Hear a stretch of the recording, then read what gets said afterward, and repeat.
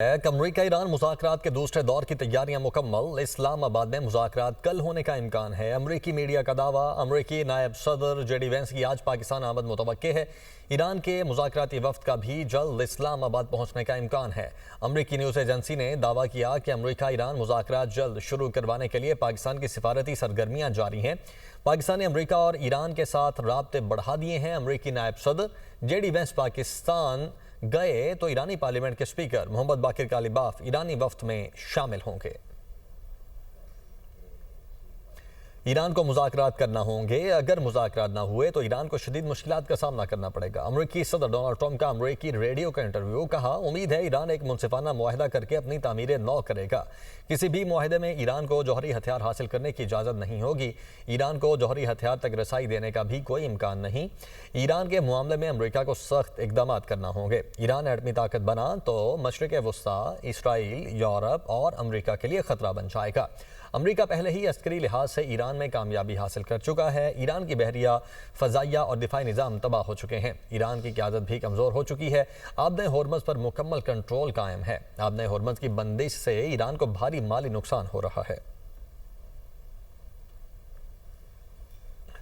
धमकियों के साए में मुज़ाकरात कबूल नहीं करेंगे। ईरानी स्पीकर बाकिर कालिबाफ का जवाब। कहा, अमरीकी सदर मुज़ाकराती मेज़ को हथियार डालने की मेज़ में तब्दील करने की कोशिश कर रहे हैं। सदर ट्रंप ने नाकाबंदी करके मुआहदे की खिलाफ वर्जी की। गुज़श्ता 2 हफ्तों में मैदान जंग में नए इक़दाम सामने लाने की तैयारी कर ली। तर्जुमान ईरानी वज़ारत ख़ारिजा इस्माइल बकाई की न्यूज़ ब्रीफिंग। कहा, एटमी मवाद की किसी दूसरे मुल्क मुंतकली मुज़ाकरात का हिस्सा नहीं रही। मुज़ाकरात में पाकिस्तान वाहिद सालिस का किरदार अदा कर रहा है। जब भी मुज़ाकरात होंगे इस्लामाबाद ही उसका मकाम होगा। अमरीका का ईरानी जहाज़ पर कब्जा। ईरान ने अक़वाम मुत्तहिदा में शिकायत दर्ज करवा दी। अमरीका की जानिब से ईरानी तिजारती जहाज़ का कब्जा गैर कानूनी अमल है। ईरानी वज़ारत ख़ारिजा के मुताबिक जहाज़ पर कब्जा बैनुल अक़वामी क़वानीन और जंगबंदी मुआहदे की खुली खिलाफ वर्जी है। UN secretary general Antonio Guterres और आलमी बहरी तंजीम फौरी मुदाखलत करे। अमरीकी इक़दाम के इंतहाई ख़तरनाक नताइज बरामद हो सकते हैं। जहाज़ और अमले की फौरी रिहाई का मुतालबा करते हैं। कार्रवाई के दौरान अमले और उनके अहल खाना को धमकाया भी गया। ईरानी वज़ारत ख़ारिजा का कहना है कि अमरीका ने एक तिजारती जहाज़ पर हमला किया। तिजारती जहाज़ पर हमला कज़ाकी और दहशतगर्दी है। जहाज़ पर हमला और अमले को हिरासत में लेना नाकाबिल कबूल है। अमरीका खित्ते में बिगड़ती सूरत हाल का मुकम्मल जिम्मेदार है। ईरान अपने कौमी मफादात और सलामती के लिए तमाम सलाहियतें बरूए कार लाएगा। अमरीकी सेंट्रल कमांड ने मशरिक़ वस्ता में अपनी कार्रवाइयों के हवाले से ईरानी परचम बरदार एक जहाज़ को रोकने की तस्वीर जारी की हैं। अमरीकी फ़ौज के मुताबिक गुज़श्ता रोज़ तोस्का नामी जहाज़ को निशाना बनाकर नाकारा किया गया और बाद उसे कब्जे में ले लिया गया। सेंटकॉम का कहना है कि अमरीकी मरीन्स ने जहाज़ पर सवार होकर उसे उस वक्त तहवील में लिया जब वो अमरीकी बहरी नाकाबंदी की खिलाफ वर्जी की कोशिश कर रहा था, जिसके बाद जहाज़ के कंटेनर्स की तलाशी भी ली गई। बैनुल अक़वामी माहिरीन ने ईरान की जानिब से आबना होर्मज़ की बंदिश और अमरीका की बहरी नाकाबंदी दोनों की कानूनी हैसियत पर सवालात उठाए हैं। चीनी वज़ारत ख़ारिजा का कहना है कि ईरानी जहाज़ को तहवील में लेने पर मनफी प्रोपेगंडे और गैर ज़रूरी तशहीर की मुखालफत करते हैं। उम्मीद है तमाम फ़रीक़ैन जंगबंदी मुज़ाकरात को आगे बढ़ाएंगे। मुज़ाकराती अमल को जारी रखने की रफ्तार बरकरार रखना ज़रूरी है। आबने होर्मज़ में जल्द अज जल्द मामूल के मुताबिक बहरी आमदोरफ़्त बहाल होनी चाहिए। ईरानी ऑयल टैंकर सेलिसिटी ने बाहिफाजत बहरा अरब को अबूर कर लिया है। ईरानी मीडिया के मुताबिक अमरीकी धमकियों के बावजूद टैंकर ईरान की समंदरी हदूद में दाखिल हो गया है। गुज़श्ता रात ऑयल टैंकर को ईरानी बहरिया की जानिब से सिक्योरिटी फराहम की गई। सेलिसिटी ऑयल टैंकर अब ईरान के जनूबी बंदरगाह पर लंगर अंदाज हो चुका है। खलीज में फंसे जहाज़ों के इनखला का मंसूबा। आलमी बहरी तंजीम सरगर्म। आलमी बहरी तंजीम ने खलीज में फंसे सैकड़ों जहाज़ों के इनखला की मनसूबाबंदी शुरू कर दी है। सेक्रेटरी जनरल IMO आर्सेनियो डोमिंगीज़ की ब्लूमबर्ग से गुफ्तगू। कहा, जहाज़ 7 हफ्तों से ज़ायद अरसे से आबना होर्मज़ में रुके हुए हैं।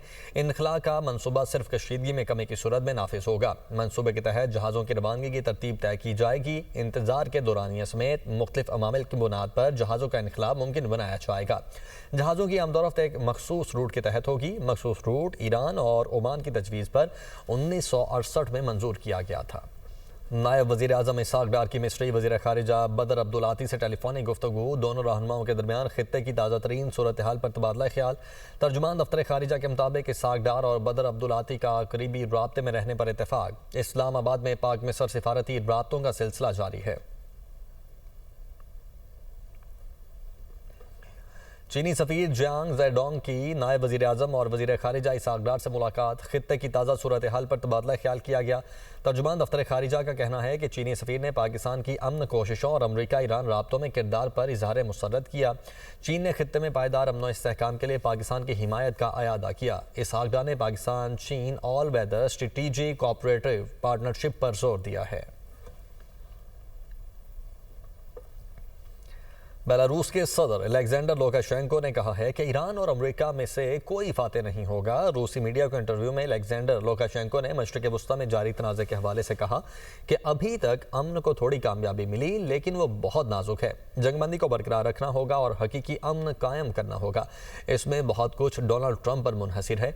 ऐसा लगता है कि आखिरकार ट्रंप ने समझ लिया है कि मज़ीद आगे बढ़ना तबाही का बायस होगा। ट्रंप के पास कोई ऐसा नहीं जो उन्हें कहे कि आप गलत हैं, जबकि बाइडन, ओबामा और क्लिंटन के साथ ऐसा नहीं था। मैं ओबामा और क्लिंटन को ज़ाती तौर पर जानता हूँ। वो मुख्तलिफ आरा बर्दाश्त करते थे। उनके इर्द गिर्द ऐसे लोग थे जो उन्हें रोक सकते थे। साबिक अमरीकी फौजियों का ट्रंप की जंगी पॉलिसीज के खिलाफ एहतजाज। अमरीकी मीडिया के मुताबिक वाशिंगटन डीसी के कैनन हाउस ऑफिस में ईरान जंग के खिलाफ मुजाहरा। साबिक फौजी का कहना था कि ईरान के खिलाफ किसी भी किस्म की जंग अमरीकी मफाद में नहीं। गजा में इसराइली कार्रवाइयां मुनज़्ज़म नस्लकुशी हैं।